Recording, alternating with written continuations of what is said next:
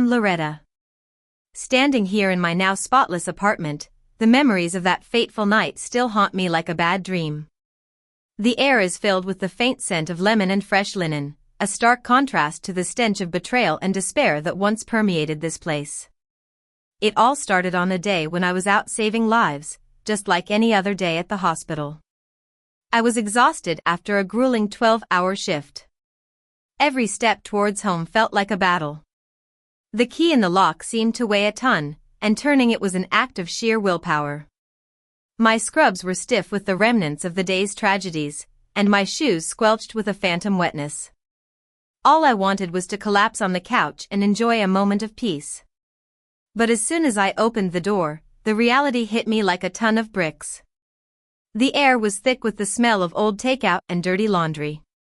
There was a mountain of my husband, Ryan's, clothes all over the entryway, as if an avalanche had occurred. I had to carefully step around a sticky patch on the floor, which I knew, without a doubt, was from a spilled energy drink. There he was, Ryan, sprawled on the couch that I had been dreaming about. His long legs were propped up on the armrest, and his eyes were glued to the massive TV screen. The room was dark, illuminated only by the flashing colors of the video game he was playing. The sound of digital gunfire and the roars of pixelated monsters filled the air, grating on my already frayed nerves. He was wearing the same clothes he had on when I left for work at 6 o'clock that morning. An empty bag of chips was crumpled on his chest, and a bunch of empty cans stood like sentinels on the floor beside him. I closed the door, and the soft click was swallowed by the sound of an explosion on the screen. I stood there for a full 10 seconds, waiting for him to even acknowledge my presence. But he didn't move, didn't pause the game, not even a flinch. It was as if I was a ghost who paid all the bills. Finally, I cleared my throat and said, "I'm home." My voice was filled with exhaustion, but he didn't even look up. He just casually asked, "Oh, you're back. Did you bring food?" That was the moment when a tiny spark of hope inside me, that I didn't even know was still there, was extinguished. For the past 7 months, ever since Ryan lost his job, I had been making excuses for him. I told myself it was just a phase. He was depressed, struggling with the rejection. I came home from long shifts and cooked dinner while he decompressed after sending out a few online job applications. I cleaned the apartment on my days off while he researched new career paths, which usually involved watching YouTube videos about day trading or sneaker flipping. I swallowed my resentment, thinking it was just a rough patch. But that day, I realized it wasn't a rough patch. I was no longer his partner. I was his provider, his mother, and his maid. And he wasn't even grateful. He was annoyed that I hadn't anticipated his needs better. I was holding 2 heavy grocery bags filled with the ingredients for his favorite shepherd's pie and his favorite craft beer. I had planned to make the pie, even though I felt like I could sleep for a week. But the weight of those bags suddenly felt unbearable, like a physical manifestation of my burden. I walked past him into the kitchen and dropped the bags on the counter with a louder thud than I intended. He still didn't react. The gunfire from the TV was relentless. I stood there, gripping the edge of the counter, trying to calm myself. I decided to distract myself by paying some bills on my laptop. When I logged into our joint bank account, I noticed something strange about the balance in our joint savings account. It was our emergency fund, the one we had sworn never to touch unless it was an absolute emergency. 3 weeks ago, I had transferred my annual bonus into it, bringing the total to a little over $10,000. But now, the balance on the screen was only $8. My heart started to race. I thought maybe a bill was accidentally paid from the wrong account. But when I checked the account details, I saw it a $2,000 cash withdrawal from an ATM at 2:17 p.m.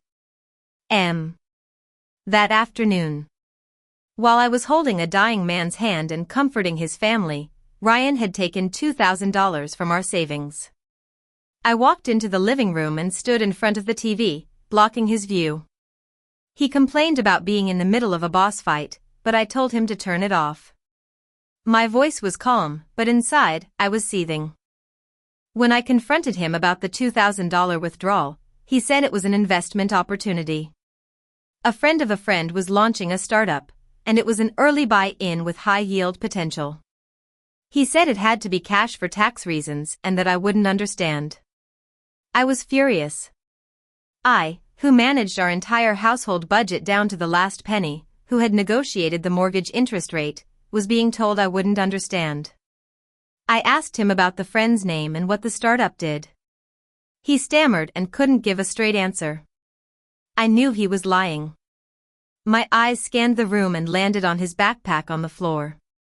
He had told me he was going to the library to work on his resume, but I knew it was another lie.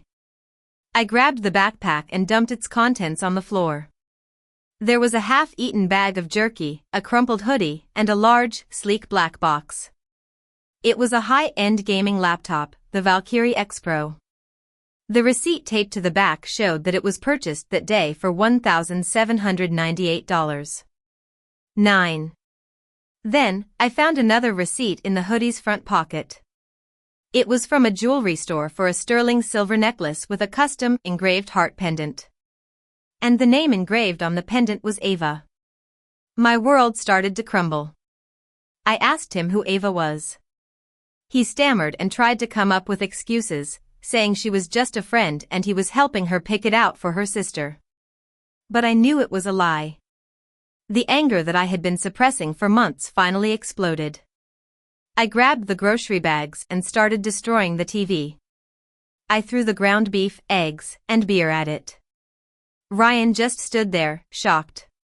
He called me crazy, but I was beyond caring. I then called my brother, Jake, who is a police officer. I told him about the theft. Ryan begged me not to press charges, saying it was a misunderstanding. But I was done with his lies. I knew he had been planning to leave me. When I found the bus ticket confirmation in his wallet, it confirmed my worst fears.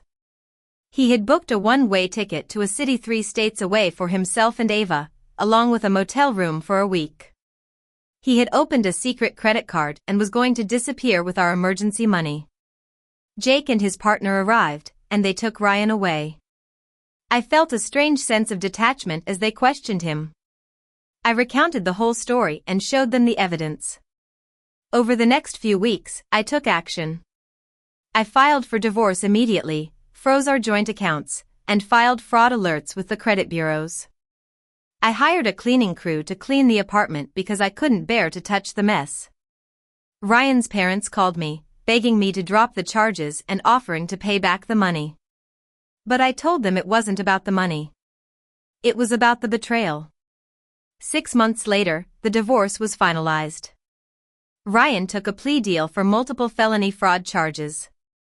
He got probation, a hefty fine, and a criminal record. The judge ordered his fine payments to go to me as restitution. Now, as I sit in my new armchair, sipping tea, I look around my quiet, clean apartment. The past is behind me, and I'm finally free.